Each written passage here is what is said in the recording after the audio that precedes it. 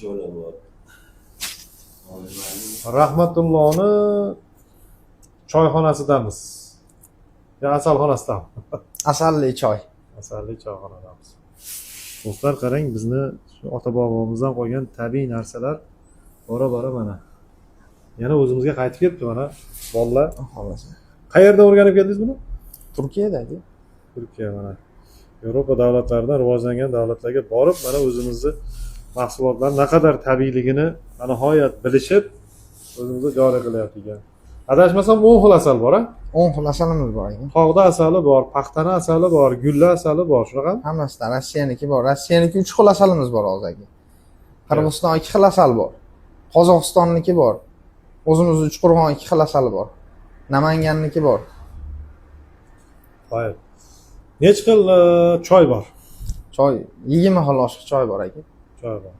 Mana gripp payti qanaqa bo'larkin endi? Kuniga 15-20 tadan odam kelyapti. Choyingizni maqtashyapti deb.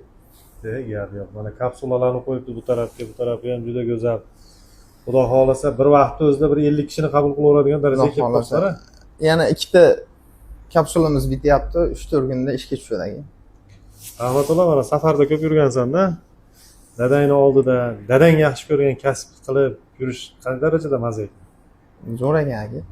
Bekor yurgandan yaxshida ota kasb. Ota kasb-a.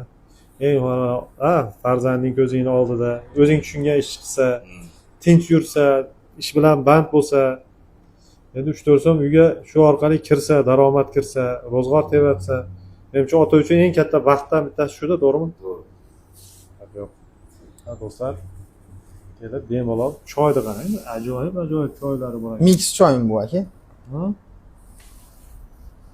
Mana qilsak nima o'xshamaydi? Asartiga asal qo'shilgan. Tatib ko'rib ta'mini aytasiz. Mana vitaminlar. Bu qanaqa choy? Bu Dubay choyi aka. Dubay choyidan 5 xil choyim bor aka. Tinchlantiruvchi. Gap yo'q. Charchamang. Klientlarga qaravering. Sog' bo'ling. Arzonda kelishyapti.